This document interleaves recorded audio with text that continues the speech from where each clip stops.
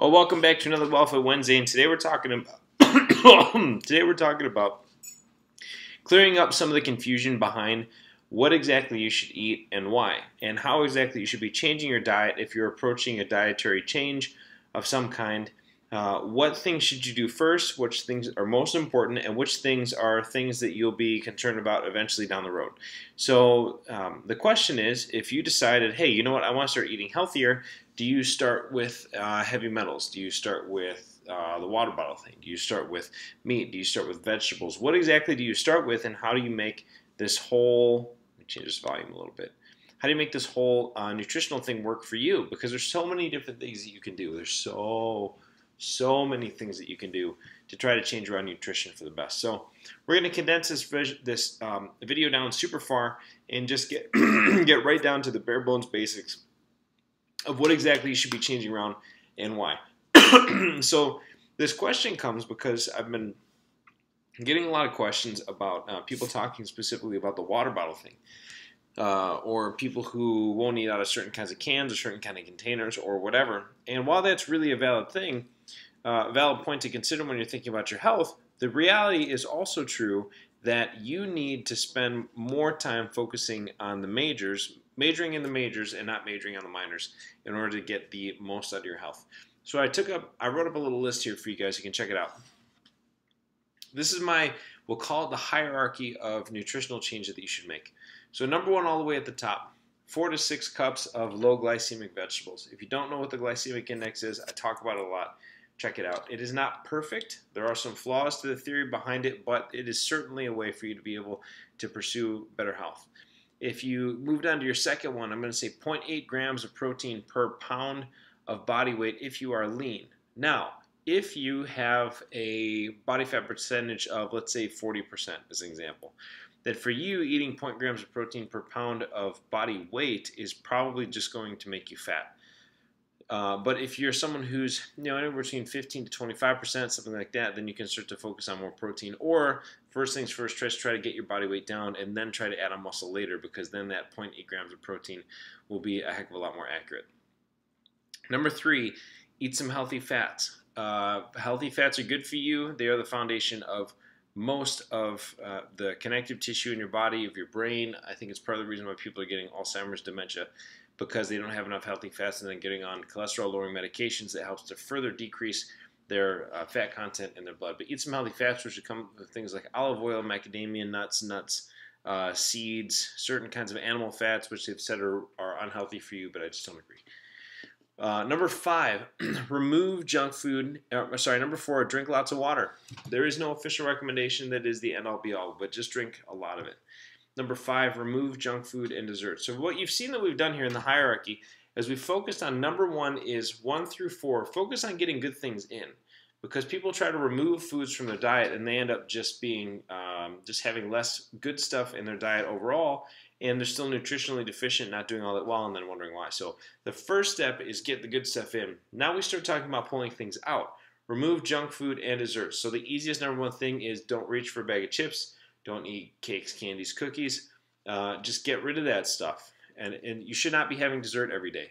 You don't need it. Eat 3 to 6 meals a day. So now we're talking about meal frequency. You've gotten rid of some junk food. You're eating good food. Now try to make sure that you get it in at least 3 meals a day. Don't be that person who eats a ton of food 1 meal a day and just goes from there. Next, supplement-wise, religiously take high-dose probiotics. I put this all the way down here because you need good food and you need to get rid of a lot of junk food to be able to support good gut bacteria. So once you've accomplished that, then you can start to replenish your gut with good bacteria, which in the long run will hopefully help to make you a better functioning individual. So we're really resetting your system. Next one would be remove sugary drinks. So up until now, we've said, well, okay, we're not going to focus too hard on things like getting rid of fruit juice, or I'm not even focused too hard on pop up until this point, although that would be a good thing to get rid of. But at that point, then you can say, okay, we're going to get rid of sugary drinks, extra calories. Get rid of boxed foods after that. So things that you eat that are processed out of a box, box carton, things you buy on the shelf that have like a 2-year shelf life or something like that. Get rid of those. Good foods, you've gotten rid of some easy caloric things, and now we start getting more intense.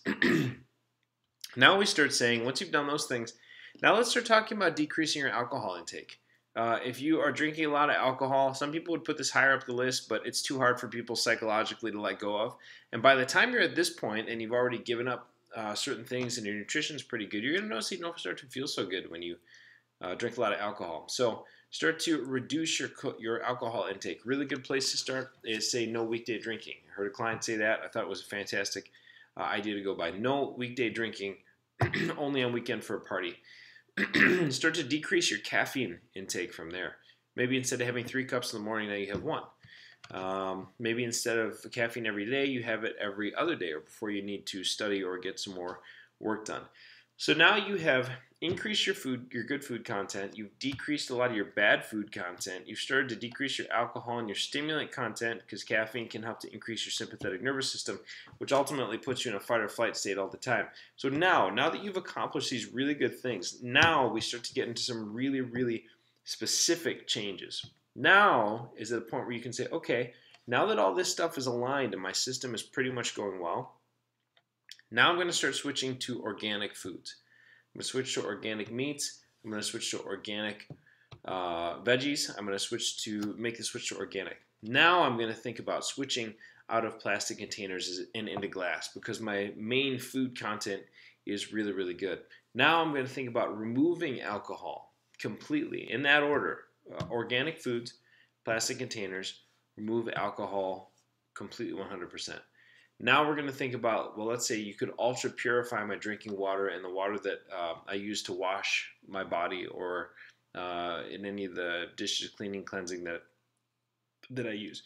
Now we're going to think about removing all toxic products from your home, and then ultimately at the end of this, we're going to think about removing all caffeine so that there's no extra stimulants at all. So there you have it. There is my hierarchy of what you should do from a nutritional standpoint to help your body function at its best.